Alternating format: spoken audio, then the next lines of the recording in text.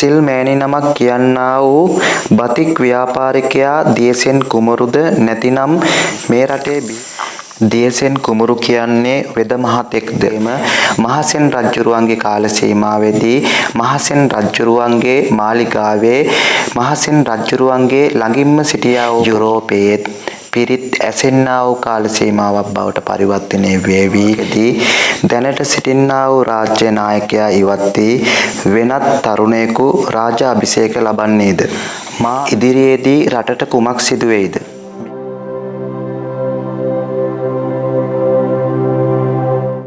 භාග්‍යවත් වූ අරහත් වූ සම්මා සම්බුදුරජාන් වහන්සේට මාගේ নমස්කාරය වේවා. දෝණයක් ධාතුන් වහන්සේලා තැන්පත් සුවර්ණමාලි චෛත්‍ය රාජයන් වහන්සේට මාගේ নমස්කාරය වේවා. ශ්‍රී දන්ත ධාතුන් වහන්සේට මාගේ নমස්කාරය වේවා. ආයුබෝවන්.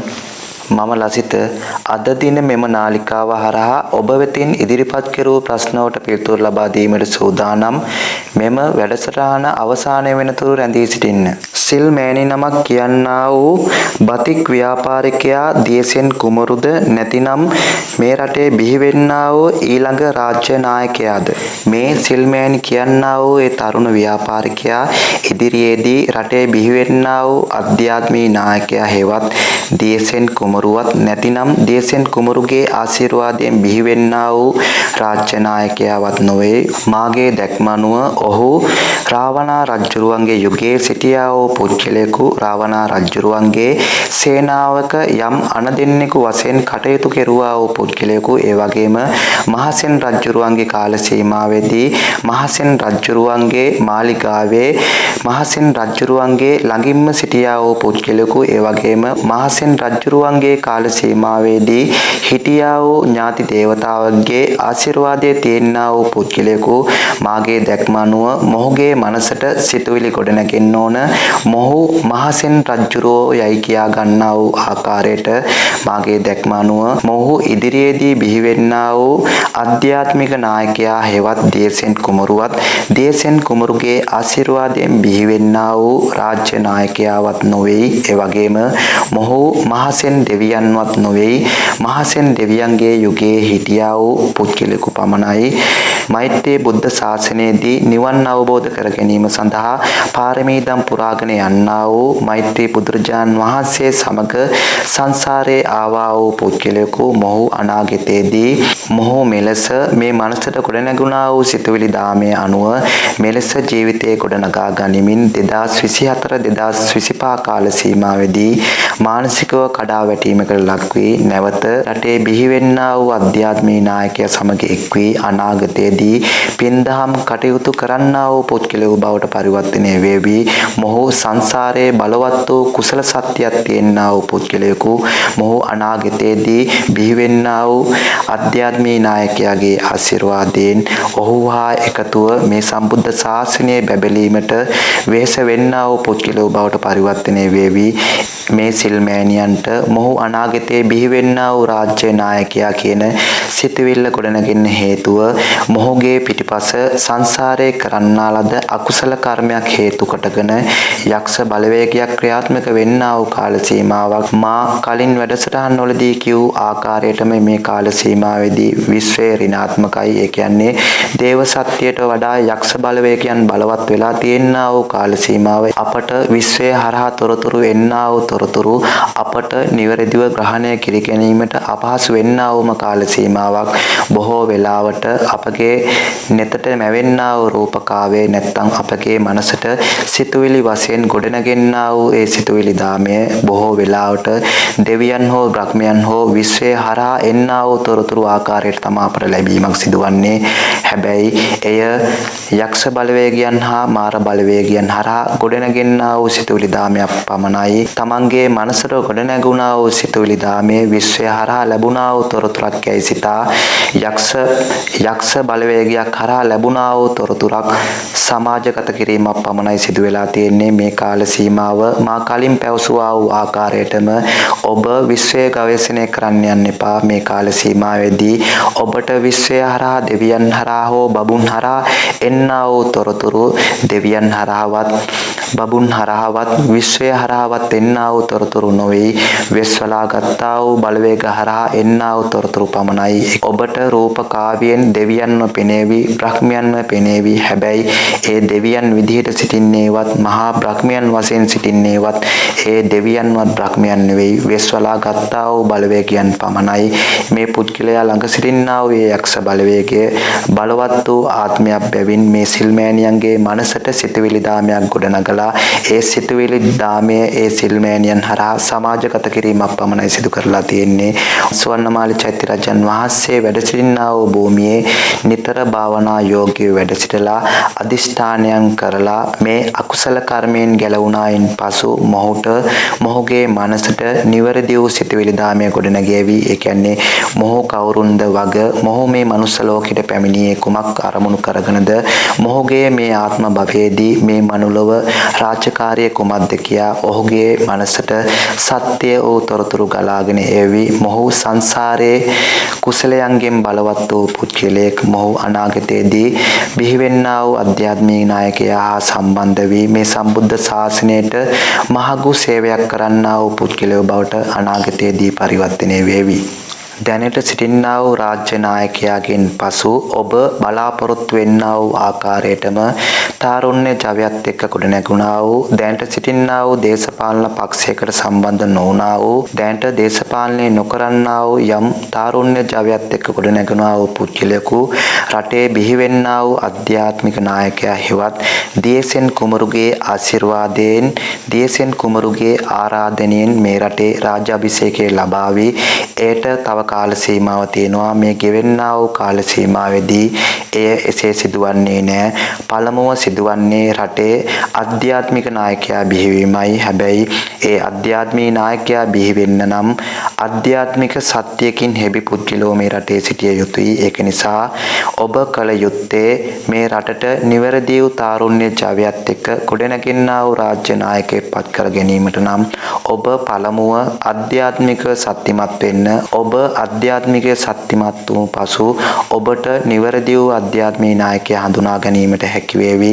ඒ අධ්‍යාත්මික නායකයාගේ සත්‍යයෙන් තව තවත් වර්ධනය වේවි. අධ්‍යාත්මික නායකයෙක් බිහි වෙන්න නම් අධ්‍යාත්මික සත්‍යයකින් හෙබි පුද්ගලයන් සිටිය යුතුය. එවිට අධ්‍යාත්මික නායකයාගේ ආශිර්වාදය රට පෙර එසේසත් කෙරූ හෙළයෙක් මේ රටේ අධ්‍යාත්මික නායකයාගේ ආශිර්වාදයෙන් ආරාධනයෙන් රාජාභිෂේකය ලබාවි. ඔබ පළමුව ආධ්‍යාත්මික සුවය සොයන්නා වූ ආධ්‍යාත්මික සත්‍යමත් වෙන්නා වූ පුද්ගලෝ බවට පරිවර්තනය වෙන්න. බොහෝ දෙනෙක් කියන්නා වූ ඒ ආධ්‍යාත්මික නායකයා ඔබ ඉදිරියට පැමිණේවි. හැබැයි ඔබට හඳුනා ගැනීමට හැකිවන්නේ ඔබ ආධ්‍යාත්මික සත්‍යමත් වුණොත් පමණයි. ඔබ භාග්‍යවතුන් වහන්සේ පෙන්වුවා වූ මඟ යන්නේ නැතුව, සියලු සත්‍යයන්ට කරුණාව, දයාව, මෛත්‍රිය වපුරන්නේ නැතුව, ඔබ අධ්‍යාත්මික සත්‍යමත් වන්නේ නැතුව, ඔබ අධ්‍යාත්මික සත්‍යයකින් හෙබිවන්නා වූ අධ්‍යාත්මික නායකයෙකු හොයන්න එපා. එවැනි පුද්ගලයෙකු ඔබට මුණ ගැසෙන්නේ නැහැ. ඒක නිසා ඔබ පළමුව අධ්‍යාත්මික සත්‍යමත් වෙන්න. ඔබ සෑම දිනම මනසින් හෝ ස්වර්ණමාලි චෛත්‍යරාජන් වහන්සේ වන්දනාමාන කරගන්නා වූ පුද්ගලයෙකු බවට පරිවර්තනය වෙන්න. ස්වර්ණමාලි චෛත්‍යරාජන් වහන්සේ මනසින් හෝ වන්දනාමාන කර ගැනීමෙන් ඔබගේ පෙර අධ්‍යාත්මික සත්‍යයෙන් අවදිවීමක් සිදෙනවා. ඒ හරහා ඔබට අධ්‍යාත්මික සත්‍යමත් වෙන්නා වූ අධ්‍යාත්මික සත්‍යයත් එක්ක ගොඩනගෙන්නා වූ පුද්ගලෝ බවට පරිවර්තනය වෙන්න පුළුවන්. මා විසින් ඔබට නිවැරදි වූ මාර්ගය පෙන්වීමක් තමා සිදු කරන්නේ. මා පෙන්වන්නා වූ මාර්ගයේ ඔබ ගියොත් එම ඔබට නිවැරදි වූ අධ්‍යාත්මික නායකත්වය හඳුනා ගැනීමට හැකි වේවි. ඔබ මා පිටුපසවත් වෙනත් පුද්ගලයෙකුවත් පිටුපස යන්න එපා. ඔබ යා යුත්තේ භාග්‍යවතුන් වහන්සේ පෙන්වුවා වූ මාවතේ. දියසෙන් කුමරු කියන්නේ වෙද මහතෙක්ද? දියසෙන් කුමරු කියන්නේ වෙද මහත්තෙක් නෙවෙයි. දියසෙන් කුමරු කියන්නේ මතු බුද්ධත්වයේ පතාගෙන යන්නා වූ බෝධිසත්වයෙක්. භාග්‍යවතුන් වහන්සේ පෙන්වුවා වූ මඟ යන්නා වූ පුද්ගලයෙකු තමා දියසෙන් කුමරු කියන්නේ. මේ රටේ රාජ අභිෂේක ලබන්නා වූ පුද්ගලයෙකු නෙවෙයි. දිව්‍ය තලයක සිට මේ රටේ රාජ අභිෂේක ලබා ගැනීම සඳහා මේ මනුලොවට පැමිණියා වූ පුද්ගලයෙකු නෙවෙයි. මේ භාග්‍යවතුන් වහන්සේගේ ශ්‍රී සද්ධර්මය නැවත පිහිටවීම සඳහා දිව්‍ය තලයක සිට තමන්ගේ පිරිවර සමග මේ මනුලොවට පැමිණියා වූ පුද්ගලයෙකුට තමා දියසෙන් කුමරු කියන්නේ. දියසෙන් කුමරු මේ රටේ කිසිම දවසක රාජ්‍ය අභිෂේක ලැබීමක් සිදුවන්නේ නැහැ. ඔහු විසින් රජුන් නිර්මාණය කිරීමක්, රජුන්ට ආශිර්වාද කිරීමක් අනාගතයේදී සිදුවේවි. තවත් වසර 2500ට ආසන්න කාල සීමාවක් මේ පැවතෙන්නා වූ ගෞතම බුද්ධ ශාසනය ඔහු විසින් බබලාවි. ලෝකයටම භාග්‍යවතුන් වහන්සේගේ සේ සද්ධර්මය ව්‍යාප්ත කරાવી. ඔහුගේ සත්‍ය හරහා සියලු දෙවියන්ගේ හා බ්‍රහ්මයන්ගේ ආශිර්වාදය මේ මාතෘ භූමියේ සිටින්නා වූ ඔබ සියලු දෙනාට ලැබිලා ඔබගේ සිතවිලි දාමය ධර්මයත් එක්ක ගොඩනගින්නා වූ සිතවිලි දාමයක් බවට පරිවර්තනය වෙලා හෙළ රජදරුවන්ගේ කාල සීමාවෙදී මෙන්ම අනාගතයේදී මේ භාග්‍යවතුන් වහන්සේගේ සේ සද්ධර්මයේ පැවතෙන්නා වූ මේ පුණ්‍ය භූමියේ නැවතත් රහතන් වහන්සේලා දහස් ගණනක් බිහි වෙන්නා වූ කාල සීමාවක් උදා වෙවි. මේ තමා අධ්‍යාත්මික නායකයාගේ දියසෙන් කුමරුගේ සත්‍ය හරහා මේ මනුලොව වෙන්නා වූ කාර්ය. ඒ හරහා මේ පැවතෙන්නා වූ ගෞතම බුද්ධ ශාසනයේදී තවත් බොහෝ දෙනෙක් මේ සංසාර දුකින් එතර වේවි. අනාගතයේදී මේ පුණ්‍ය භූමියේ නැවතත් හෙළ රජදරුවන්ගේ කාල සීමාවේ මෙන්ම නැවතත් රහතන් වහන්සේලා දහස් ගණනක් සිටින්නා වූ පුණ්‍ය භූමියක් බවට පරිවර්තනය වේවි. මෙම කාල සීමාව 2031කින් පසුව එළඹෙන්නා වූ ස්වර්ණමය යුග කාල සීමාවේදී මෙය සිදු වේවි. ඉන් පසුව 2047 කාල සීමාව පමණ වෙන විට මුළු ලෝකයක් මේ මාතෘ භූමියට හිස නමන්නා වූ කාල සීමාවක් බවට පරිවර්තනය වේවි. ඒ කාල සීමාව වෙන විට මුළු ලෝකයක්ම භාග්‍යවතුන් වහන්සේගේ සේ සද්ධර්මයට හිස නමන්නා වූ කාල සීමාවක් බවට පරිවර්තනය වේවි. යුරෝපයේ පිරිත් ඇසෙන්නා වූ කාල සීමාවක් බවට පරිවර්තනය වේවි. ඉදිරියේදී රටට කුමක් සිදු වෙයිද? මේ ගෙවෙන්නේ රටේ සිටින්නා වූ රාජ්‍ය නායකයාගේ සිට පැල්පතේ සිටින්නා වූ ඔබ සියලු දෙනාම සංසාරයේ කරන්නා ලද අකුසල කර්මයන් බලවත් වෙලා තිබෙන්නා වූ කාල සීමාවක්. ඒ වගේම සෝභා ධර්මයේ විසින් ඔබ සියලු දෙනාටම දඬුවම් ලබා දෙන්නා වූ කාල සීමාවක්. සෝභා ධර්මයේ විසින්ම සැඟවිලා තියෙනා වූ කුණු ඉස්මතු කර විනාශ කරන්නා වූ කාල සීමාවක්. සෝභා ධර්මය හරහා ඔබට දඩුවම් ලබා දෙන්නා වූ කාල සීමාවක්. ස්වභාව ධර්මය හරහා ඔබට ජීවිතාවබෝධය ලබා දෙන්නා වූ කාල සීමාවක්. ඒ වගේම නිදානයක් උඩ සිටින්නා වූ ඔබ නිදානයක් උඩ සිටින්නා වූ පුද්ගලයෙකු බවට ඔබ සුභා ධර්මයේ විසින්ම දැනුවත් කරන්නා වූ කාල සීමාවක්. මේක අනාගතයේදී බිහි වෙන්නා වූ අධ්‍යාත්මික ලෝකයේ සඳහා ඔබට අවබෝධයක් ලබා දෙන්නා වූ කාල සීමාවක්. මේ රටේ තියෙනා වූ සම්පත් ප්‍රයෝජනයටගෙන ඒ සම්පත් හරහාම මේ රට ස්වයංපෝෂිත කිරීම සඳහා ඔබව යොමු කරවන්නා වූ කාල සීමාවක් මේ ගෙවිගෙන යන්නේ. මේ තියෙනා වූ දැඩි පීඩාකාරී බව මෙම වසරේ 11 වෙනි මාසේ පමණ වෙනතුරු මා මීට පෙතම වැඩසටහන් වලදී පැවසුවා වූ ආකාරයටම පැවතේවි.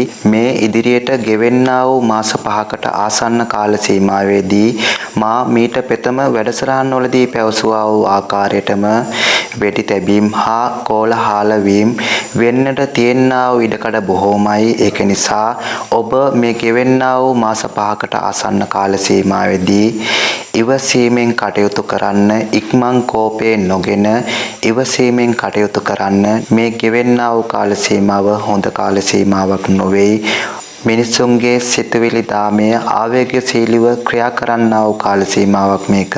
2023 10 වෙනි මාසයේ වෙනතුරුම මේ දේශපාලනය පැටළුණා වූ නූල් බෝලයක් හා සමාන වේවි. මේ කාල සීමාවේදී බොහෝ දෙනෙක් රාජ්‍ය බලය ඇල්ලීම සඳහා රට විනාශ මුඛයට තල්ලු කරමින් ඔබද මිත්‍යාවේ පතුරමින් රට තව තවත් විනාශ කරන්නා වූ කාල සීමාවක්. ඒක නිසා ඔබ කාටවත් ගැති නොවි භාග්‍යවතුන් වහන්සේ පෙන්වුවා වූ මඟ ගොස් සියලු සත්‍යයන්ට කරුණාව දයාව මෛත්‍රිය වඩමින් තමන්ගේ ජීවිතය ගොඩනගා ගන්න. තමන් මේ වෙන්නා වූ ප්‍රශ්න හරහා සාමාන්‍ය මනසින් මේ රට දිහා බැලුව විට මේ වෙන්නේ මහා විනාශයක් බව ඔබට හැඟේවි. ඒත් යම් අධ්‍යාත්මික සත්‍යයක් තියෙනා වූ පුද්ගලයෙකු බැලුව විට මෙය රටේ වෙන්නා වූ මහා විපර්යාසයක මුල පුරන්නා වූ කාල සීමාවක්. ඒ කියන්නේ රටේ ඉදිරියේදී මේ රටේ තියෙනා වූ සම්පත් උපයෝගී කරගෙන මේ රට ස්වයංපෝෂිත රාජ්‍යයක් කරා ගොඩනැගීමට පසුබිම නිර්මාණය කරන්නා වූ කාල සීමාවක් තමයි මේ ගොඩනැගෙමින් යන්නේ. මේ කඩා වැටුණා වූ ගොවිතැන මේ වසරේ 8 වෙනි මාසයේ පමණ වෙන විට නැවත සාර්ථකත්වයේ කරා ගොඩනැගෙවි. අධ්‍යාත්මික සත්‍යයක් තියෙනා වූ පුද්ගලයෙකු වශයෙන් මේ මාතෘ භූමිය දිහා බැලීමේදී මේ වෙන්නා වූ විපර්යාසයත් එක්ක මේ 2023 10 වෙනි මාසෙන් පසු මේ රටට හොඳ කාලයක් උදා වෙන්නා වූ කාලයක් බවට පරිවර්තනය වේවි. මේ දේශපාලනයේ තියෙනා වූ සියලුම ප්‍රශ්නයන් නිදහස් වෙලා නියමිත වූ දැක්මක් ඇත්තා වූ දේශපාලන අරගලයන් නිදහස් වෙන්නා වූ සෞභාග්‍ය කරා ගොඩනැගෙන්නා වූ රාජ්‍යයක් බවට පරිවර්තනය වීම සඳහා මේ මාතෘ භූමිය ගොඩනැගෙවි. මා අනන්ත වූ භවයන්හි කරන්නා ලද සියලු කුසලයන්හි ආනිසංසයන් රටවාසී ලෝකවාසී ඔබ සියලු දෙනාටම අනුමෝදන් වෙලා ඔබ අනන්ත වූ භවයන්හි කරන්නා ලද සියලුම අකුසල කර්මයන් දුරුපත් වෙලා තියෙනා වූ සියලු දෝෂයන් සියලු ග්‍රහඵලයන් සියල්ලම දුරුපත් වෙලා සංසාරයේ බලවත් වූ සියලු කුසලයන් අවදි වෙලා ඔබගේ පෙර ධර්ම අවබෝධය ඔබගේ මනසට ගොඩනැගිලා පෙර පාරමී සත්‍යයන් සියල්ලම විවර වෙලා ඔබ සියලු සත්‍යයන්ට කරුණාව දයාව මෛත්‍රිය වඩන්නා වූ පුද්ගලෝ බවට පරිවර්තනය වෙලා ඔබගේ තියෙනා වූ සියලු කායික මානසික සියලු පීඩාවන් නිදහස් වෙලා ඔබගේ තියෙනා වූ සියලු රෝගයන් සියල්ලම සුවපත් වෙලා ඔබ සිතන්නා වූ පතන්නා වූ යහපත් කාරණා ඒ ආකාරයෙන් ඉෂ්ට සිද්ධ වෙලා ඔබ අනන්ත වූ භවයන්හි පැතුවා වූ බෝධියකින් චතුරාර්ය සත්‍ය අවබෝධ වෙන්නා තුරුම සුගතියේ උප්පත්තිය ලැබීමට ඒ සියලු කුසල් අනුමෝදන් වේවා කියා ප්‍රාර්ථනා කරනවා ආශිර්වාද කරනවා. ඔබ සියලු දෙනාටම නිරෝගී සම්පන්නිය ලැබේවා, දීර්ඝායුෂ ලැබේවා, තුරුණුවන්ගේ ආශිර්වාදය ලැබේවා. තෙරුවන් සරණයි. භාග්‍යවත් වූ අරහත් වූ සම්මා සම්බුදුරජාන් වහන්සේට මාගේ নমස්කාරය වේවා. සීදන්ත ධාතුන් වහන්සේට මාගේ নমස්කාරය වේවා.